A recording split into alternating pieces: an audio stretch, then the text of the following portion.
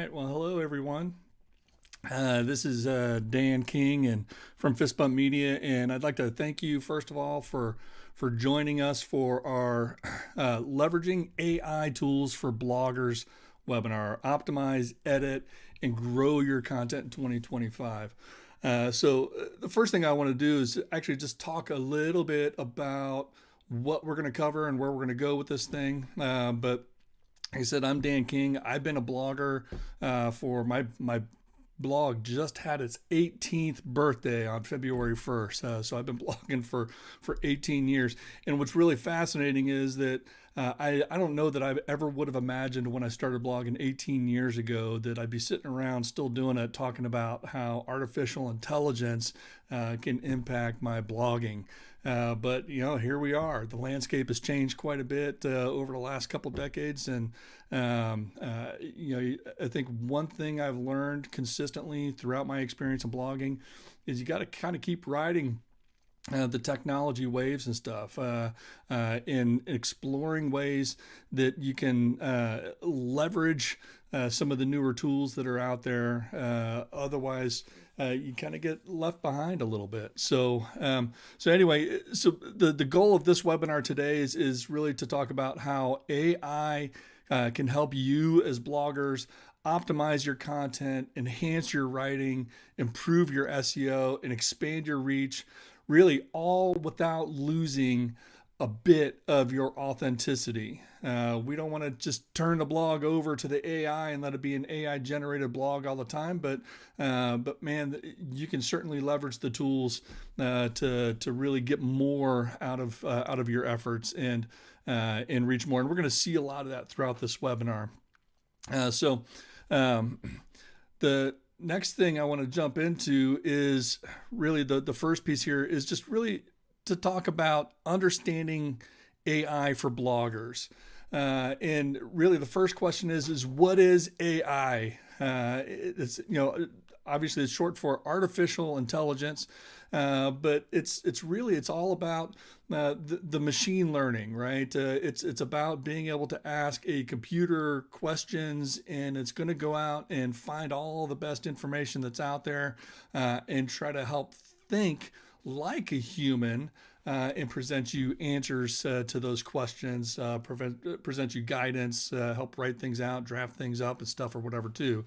But really what it's doing on the back end, if you think about it, is it's essentially, imagine going and doing a Google research and studying the results on the first 100 pages of the Google Google results, and then compiling all of that and processing and spitting out an answer. For us, it would take quite some time to do that level of research.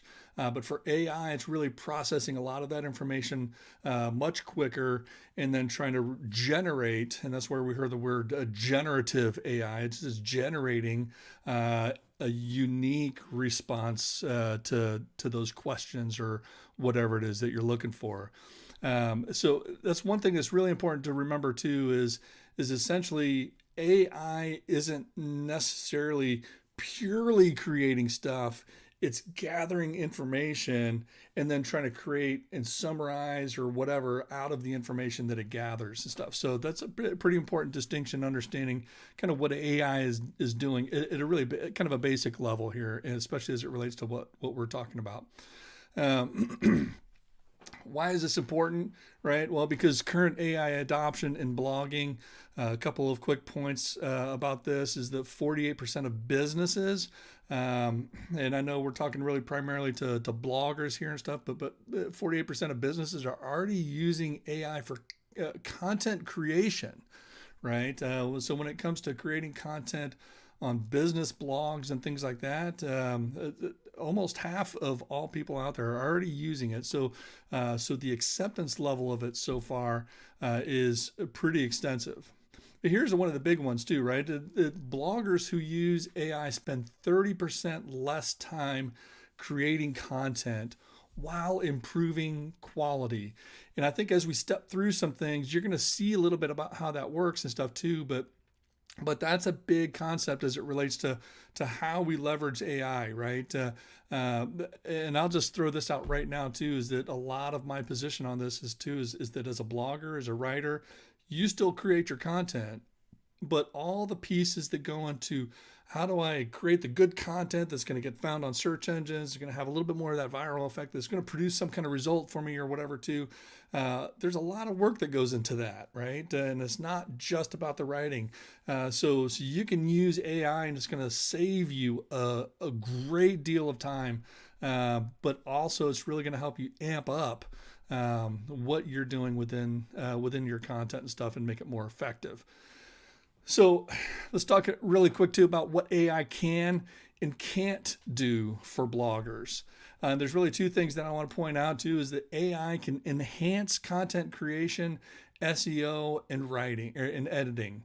Okay, and we're going to take a look at exactly how it can do these things for you and stuff too. But that's one thing that I can put out there is that as a blogger, do you want it to replace your creativity or your personal storytelling? And no, it can't really do that, and it shouldn't replace your creativity or personal storytelling.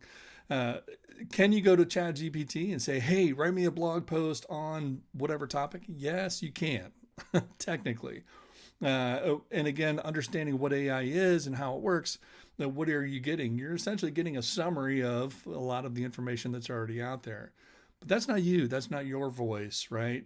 So I think that's one thing that uh, really partly from an ethical standpoint stuff too, that we'll kind of dive into that here next, is that you want to make sure that you're maintaining AI in its proper place. How is it going to enhance the content creation and stuff like that you're already doing, not necessarily replacing that uniqueness that you bring to the table. So now that we understand AI and what it is and how it kind of fits within this, let's talk about some ethics and challenges of AI and blogging. And the first thing I want to point out too is just really maintaining authenticity. Uh, you don't want to, as a blogger, step out completely and have AI writing your blog post for you. And there's a couple of challenges with that too, right? I think even from an SEO perspective, the AI on Google, for example, is getting really good at determining what content is written by AI and what kind of content is written by a human. And they obviously favor content that's written by a human, right? So you want to maintain your authenticity. You want to maintain your voice in anything that you produce and write on your blog. And that's not only going to help kind of keep it real, that'll also pay off when it comes to search engine optimization and stuff too. Human written content for humans still wins. And the technology out there, especially with the AI and the way it processes things, is getting really good at picking that up and determining what's AI generated and what's human generated. You want to try to avoid over reliance on AI. Okay, it's easy to sit around and look at it as like, hey, this is the awesome new shiny new tool, but you don't want to go in too heavy with it and say, how much can I get it to replace what I'm doing, right? Again, because we don't want to get machines talking to people on a regular basis. We want people talking to people on a regular basis. So try not to rely too much on the AI. It can certainly fill in a lot of elements for you, and we'll see that here in a second too as well. The next one is copyright and originality concerns. I have seen AI generated content that has hit some copyright thresholds and stuff, right? Because again, essentially, what is it doing? It's going out, doing the research around the web, and pulling some information back and reproducing it and stuff. So to really avoid any kind of plagiarism or anything like that, too, you don't necessarily want it to write fully all of your content, but there are some elements in there as well too. When we think of copyright and legal things too, one of the things that I know a lot of bloggers run into is the issue of where you source your images, right? A lot of bloggers source their images from around the internet in various places. And there's certainly guidelines like Creative Commons. They're free to use for commercial use and all that too. But if you get a copyrighted image on your blog, and there are legal firms that go out there and scan and scrape and scout that kind of stuff out and say, hey, find this image everywhere it's posted on the internet. And if it's a copyrighted image, regardless of how you got it, even if it was under the right intent, they can come after you legally for thousands of dollars because you're using a copyrighted image to sue for damages and whatnot. So there's some upside too, as well, as far as how you're using some of the AI to maybe create some of your own images. That's the generative piece, right? That is creating and generating new content, so you can rely less on stuff that's found outside around the web. So there's quality issues and stuff in there as well too, but there's plus and minus to the copyright and originality concerns. And then one of the other things you will just want to think about is transparency, right? How much do you disclose AI usage in your content, right? If you're relying very heavily on a blog post that's created and written by AI, do you post that as being written by you, or do you post that and share transparently that was written by AI? And again, I'm not a legal expert or anything like that, and that's not necessarily the place I'm trying to get into. I'm just trying to get into an authenticity place, and thinking about the ethics of it and stuff too. I don't know if I necessarily want to create blog content created by AI and put it off as being written by a human. If it's AI written, I'll credit that it was AI written, right? But I think you'll see in the approach that we're trying to take, the transparency level, if I'm using it for things like research and optimization and things like that, there may not necessarily be a lot of transparency needed. Not a lot of people would care that maybe I created an outline using AI, but then I wrote all of the content myself, right? So just things to think about as we kind of dig into some of these pieces. All right, so now that we've kind of laid some groundwork for understanding what AI is and how it fits for bloggers, and kind of talking about some of these ethics challenges and whatnot too, I'm going to dig in, and we're going to do a little bit of actual live kind of playing around with some tools and stuff so I can kind of demo and show you some of the things that we're going to do or that you can do with your content. So one of the most popular AI-powered optimization tools is going to be ChatGPT. When you're using AI, we talk about things like how you can do some SEO stuff and all that too. I'm just going to point this out really quick too, is that there are some pre-built what's called GPTs that are built into ChatGPT, where you can say, hey, give me an SEO GPT, and here's an SEO assist that can help analyze your SEO content and stuff like that too. And it's really some really great tools to help you do that. But I'm going to work really directly just from within ChatGPT itself, which is going to kind of still pull back from the resources and everything. The first thing that I like to do when I'm working with like a tool like ChatGPT to help figure it out is it's really based on mindset, right? And what I want to kind of challenge you in here too is that to not think about ChatGPT as the all-knowing expert that automatically knows everything that it needs to know and can read your mind and assume a whole lot of things about what you're trying to accomplish. You need to think about it as like an intern, probably the best, fastest intern you've ever had, right? But think about it like it's an intern, right? I'm not going to say, hey, intern, give me an outline for a blog post for my blog, right? And that's not helpful.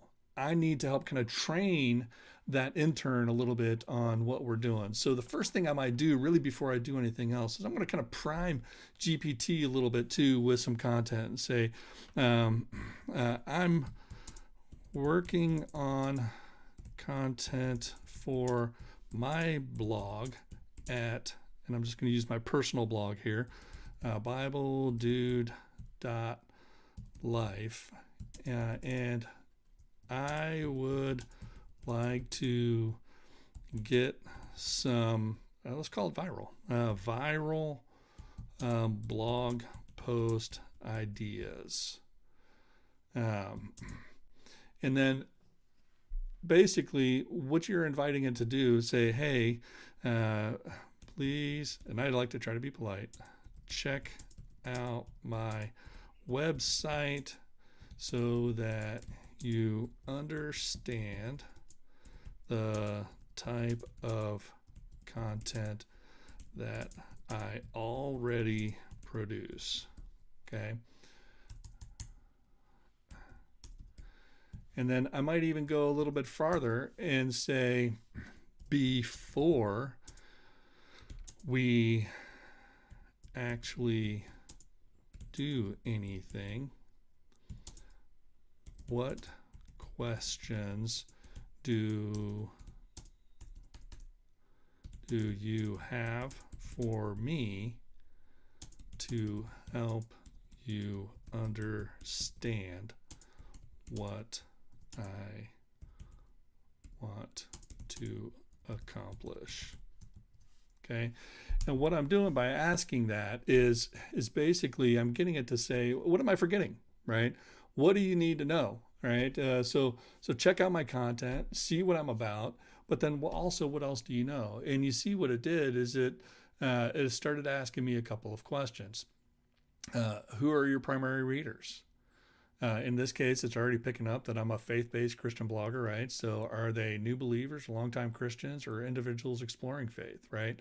So great question. Who do I really want to target? Maybe as a blogger, sometimes I haven't necessarily answered that question yet. Content goals. What objectives do you aim to achieve with your blog post? For instance, focusing on educating, inspiring, or encouraging community engagement. So you can see how some of these questions maybe things that I already have inherently kind of built into, how I operate and what I would try to do. Maybe I'm focusing on inspiring and encouraging, right? That kind of thing. And I love this question because I was actually going to even suggest this. Which of your previous posts have resonated most with your audience? Because one question that you can even ask or throw in there for ChatGPT to help prime it and help it understand is to, and I love this, is a great use of your analytics. Go to your Google Analytics and open up and say, hey, what's my most viewed content over the last year? What are my top 3 or 5 or 10 blog posts? And then I can share those and say, hey, ChatGPT, here are my 5 most popular blog posts over the last year. Take a look at those, and what does that help you understand about my audience and what they're reading? If you want to get really fancy, even go to Google Search Console and say, hey, these are my most searched for or my highest ranking blog posts and stuff too. What can you learn that we can apply to the blog posts and stuff that I'm doing as well too? So that's a great question right there that it's asking us. Which of your previous posts have resonated most with your audience? Content formats, are there specific formats you prefer? Or it's already picking up that I'm posting sermons, interviews, stuff like that too. So you can see as we look through some of these questions and stuff too, and I'm not going to take the time to answer all of these right now, but the idea is that as you are priming ChatGPT to help understand, you're giving it all the information that it needs in order to start setting some things up. So I'm going to answer a couple of these questions really quick, just so that it impacts what we're doing. Target audience, exploring faith, goals, educating,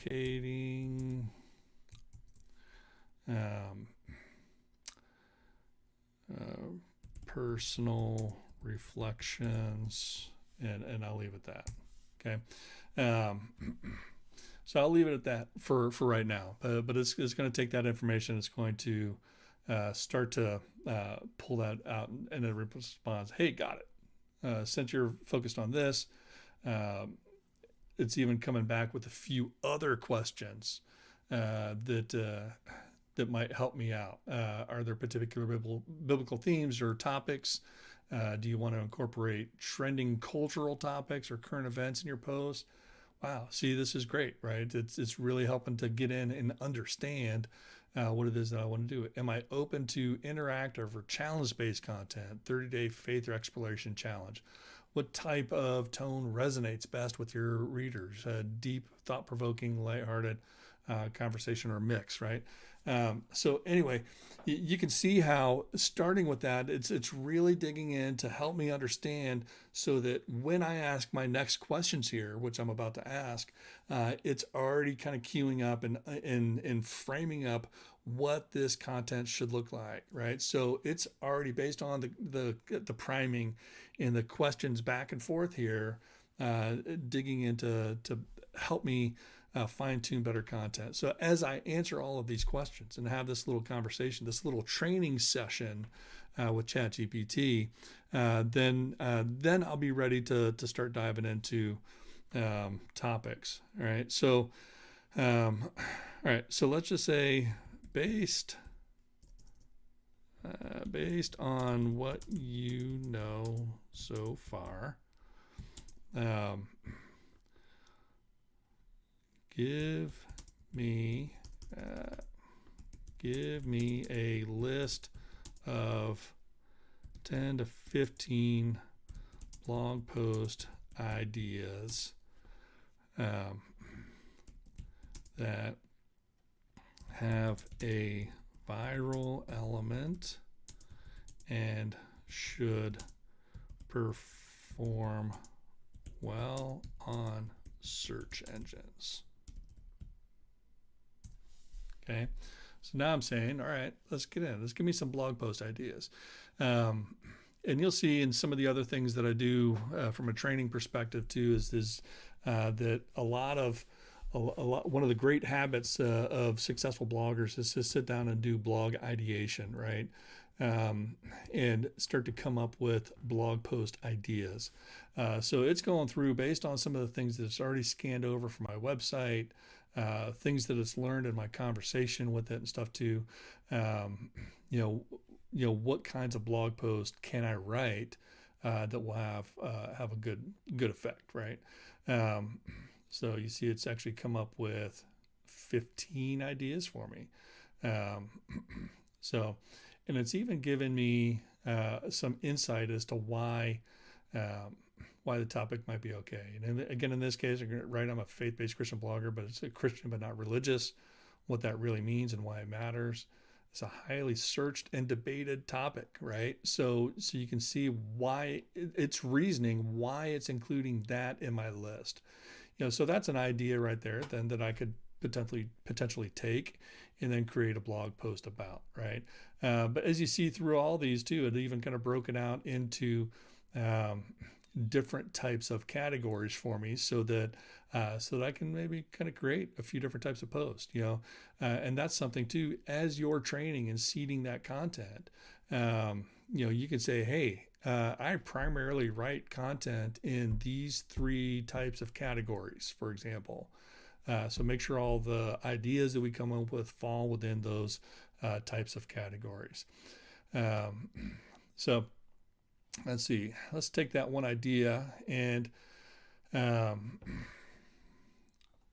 what I'm going to do now is, if I want to kind of explore a little bit what that blog post might look like, then I can say, let's flesh this out a little bit. Again, remember, I'm not looking for ChatGPT to actually write the blog post for me, but it's given me a really great idea for a post, and I could probably actually sit around and kind of create my own outline for this. But then maybe hit ChatGPT and see what it thinks, because one of the things that we want to look for is making sure that we're also working ahead before we even write towards the optimization that we want. So maybe say, I really like this idea. Um, what? Let's see. How about this? Oh, help me outline that one. And see, it's already doing it. So, because I just said, yeah. See, it's actually already doing that for me. I was going to ask it, and I hit enter instead too early. Help me outline this, so that I can kind of get an idea of what it would be. But it's even telling me here's how you can structure it for maximum impact in SEO. So you can see that it's not writing it for me, but it's helping me kind of break out what kind of content that I can write in this. Giving me a great start for filling in that content and making sure it's optimized for SEO and stuff. Because as I write a blog post, right, typically what I'll do is I'll start with a couple paragraphs of text. Then I'll have sections broken out using my H2 headers. So maybe I can use this as a question: where does Christian but not religious come from? And then I can use that as a header, but it's kind of telling me where that should go and how it can help answer that question a little bit too. So I can go check that out, even if I don't know the stuff off the top of my head. But then I can kind of write out my paragraphs for that section, and then so on. Keep going down until next H2 header in my blog post. Can you follow Jesus without religion, right? And then kind of fill that out with my answers. And it's just giving me 3 bullet points to help me kind of guide what kind of stuff could be in that section, right? So you can see now, it gets down to the end. End with a reflective question. Encourage comments and discussion. Offer a next step, right? And then I love this too because it's already even given me SEO and engagement boosting ideas. Target keywords like Christian but not religious, meaning spirituality but not religious Christianity, faith versus religion. So it's giving me the keywords and stuff too. And I'm going to talk about this in a little bit as well too. Include a poll or a quiz. Are you Christian but not religious? Social share prompt, right? So and that's a really interesting point because again, when it comes to growing the audience and stuff, then this is one thing that we could potentially do to help create lead magnet within the blog post. So anyway, you see how really kind of starting to break down and say, hey, help me outline this idea. Then it's given me the content that's really going to shape it and stuff too. So if I wanted to say, all right, I really want to target this keyword here, this keyword phrase, Christian but not religious meaning. Let's see, give me other tips to compare to other posts currently ranking for the term Christian but not religious meaning. Okay, so this is a little bit of a competitive analysis, right? Because now, as we look at trying to optimize for SEO, one of the biggest things is going to be how do we make sure that we're providing better content than what's already ranking for that keyword term, right? So it's coming up with ideas for me to incorporate personal narratives, right? Engage with reader comments, utilize multimedia elements, infographics, videos, images, right, that help illustrate key points. So that's a clue to me that, as I'm writing the content, I may want to create infographics, or if there are certain Bible passages that I'm referencing, maybe create a kind of a Bible quote image or something like that can be in there and stuff too.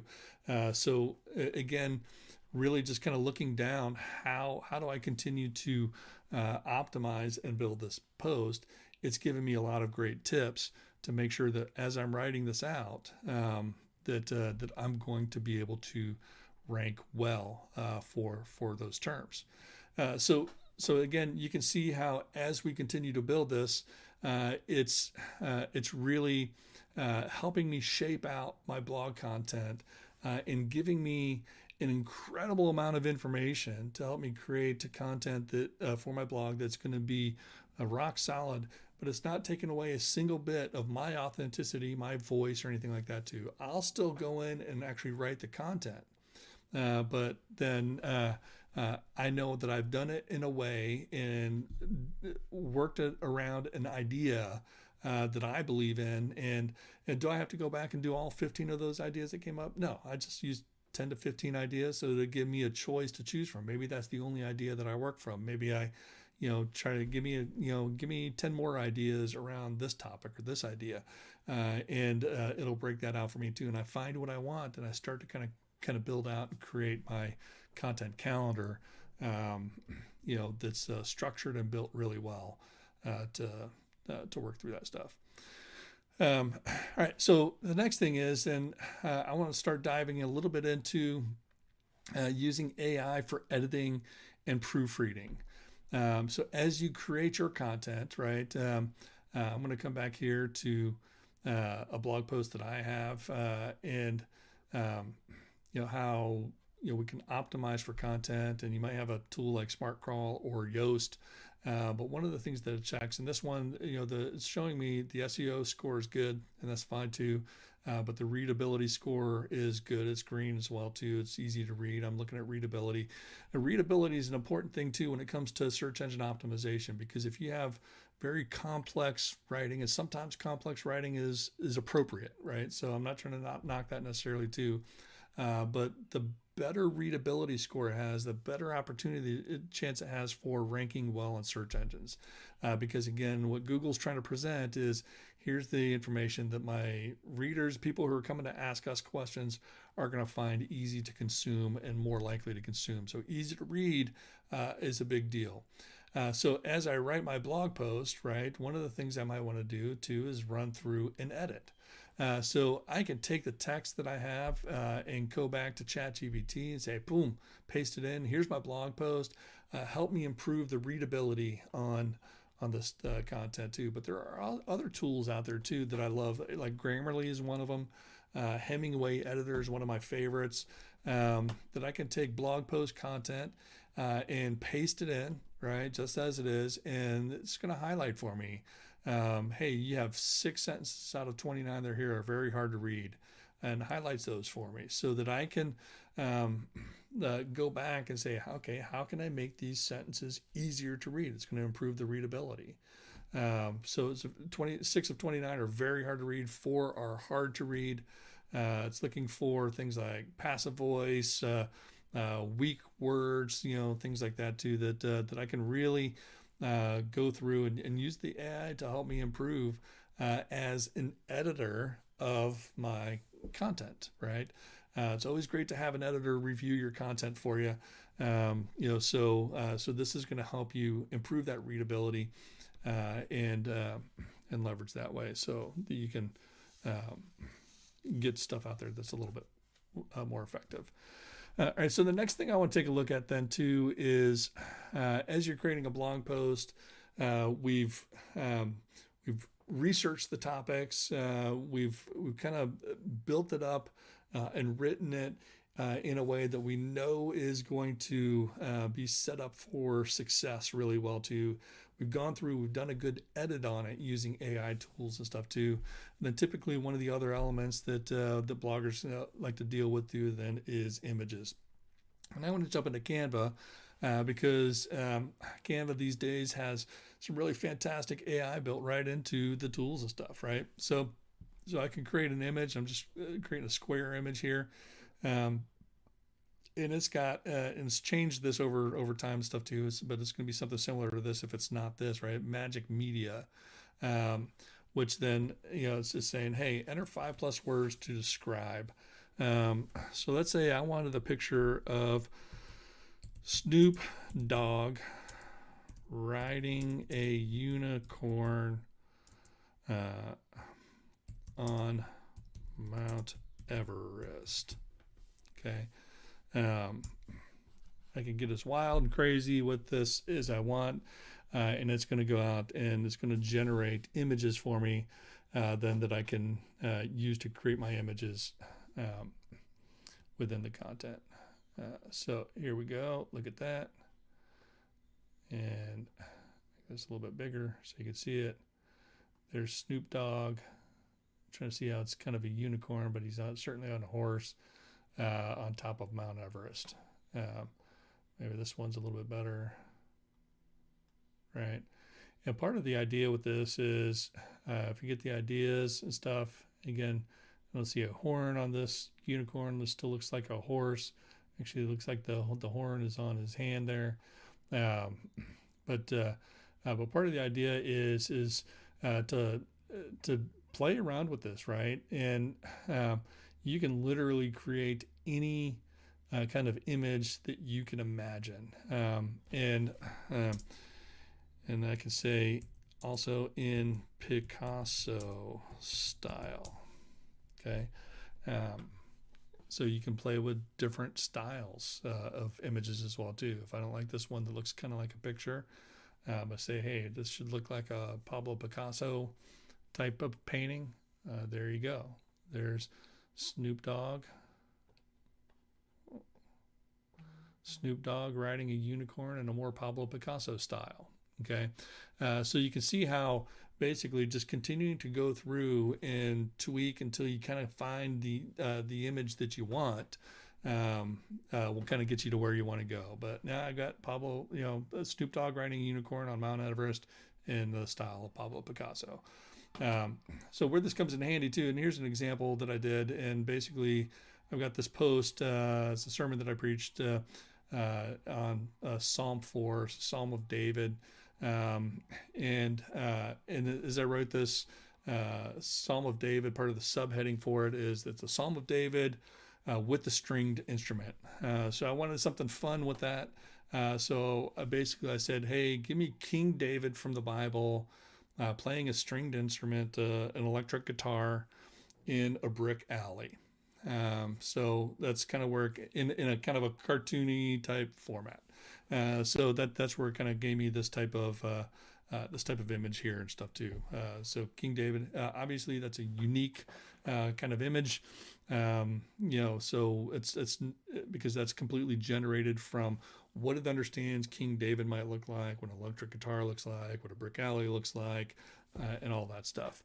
So this is kind of a great way playing around with some AI generated images to maintain some of the image originality. I think number one, if you have your own photography and images that you've created that you can use on your blog, that's a first choice. I think AI generated images are a pretty good second choice, just because it keeps you out of that legal liability piece where people going around and scanning for images that you may have found on the internet somewhere.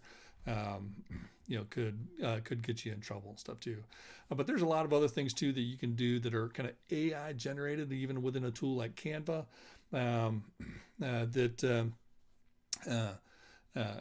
can help you with image manipulation and things like that too as well.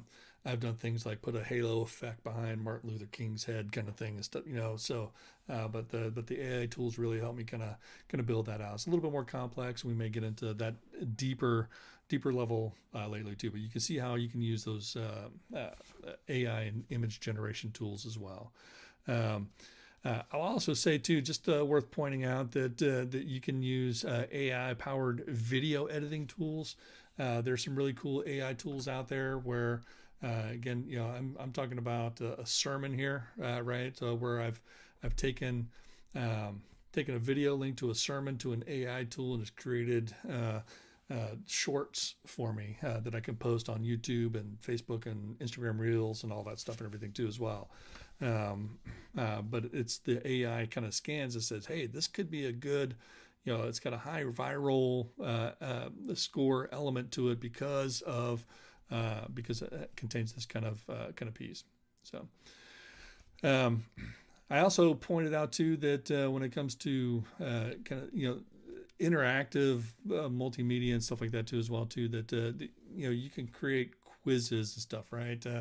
We'll go back to our idea back here where um, I think it says for this blog post idea, if you can create an interactive element, include a poll or a quiz, or are you Christian but not religious? I've done stuff like that before as well too. For Fist Bump Media, I've created the little 7-question quiz in our Basic Plus and our dedicated hosting plans. We have some premium tools for SEO and optimization and things like that. But one of the tools in that pack is a tool called Forminator, and it's a form tool, but it's got the structure built in there too that you can do these kind of was it the Buzz, it was a BuzzSumo or something like that. The quizzes that you can do online. Say, hey, answer these 7 questions and get your score for what kind of this or that or whatever. What kind of animal are you? Answer these questions and find out. And so each question is going to have a multiple choice option. Each one of those choices is kind of scored a certain way to impact your score at the end. So I built for some of the stuff that we're doing at Fist Bump Media. What's your digital marketing readiness score for 2025? You start the quiz, you go through, you answer the 7 questions, and then you get your score at the end. And with that, maybe I give them some other free little PDF download or something like that as well too. But I can tell you that I use the AI to help me build this quiz, right? We worked out the idea because it suggested, hey, here's an idea. I fed it with a little bit of information. I said, help me create some questions and score some of the answers and stuff too, so that we can get, if you're in this score range, it means this. If you're in this score range, it means that and stuff too. And then I used the Forminator plugin that's included in our hosting plans to actually then create the quiz tool itself. So some really cool ways to leverage the AI to build content and stuff too. So this is a cool lead generation type thing. So imagine writing a blog post that's really well optimized the way we map this out too. But then part of it is, hey, I've got the quiz. How Christian or religious are you, right? And then I can even use the AI to help me kind of figure out the questions and stuff too. And then again, I can continue to fine tune it and stuff too. But then build that out so that as part of that blog post, say, hey, take the quiz now, right? Of course, then part of that is the lead generation tool that will do that lead capture, get the name, the email address, or whatever as part of the process. Give them their score. Maybe you have some other freebie at the end or whatever that looks like and stuff too. So, but the AI tool will certainly help kind of build that out. So really kind of great way to leverage those tools and enhance that content. All right. So with that, I think we've kind of run through several tools and strategies, things that you can implement right now today. Again, if I got to summarize in any way how to really get the most out of the AI, is number one, don't be afraid of the tools, right? I think there's a really great opportunity to enhance what you're doing so that you're creating better optimized content that's going to reach more people. But you can do it in the way of maintaining your voice, maintaining your authenticity, which I think is going to be really, really important, right? It's still content that's generated by you, but the amount of work and research the AI can do for me to help me create better content not only pays off with better results on my blog.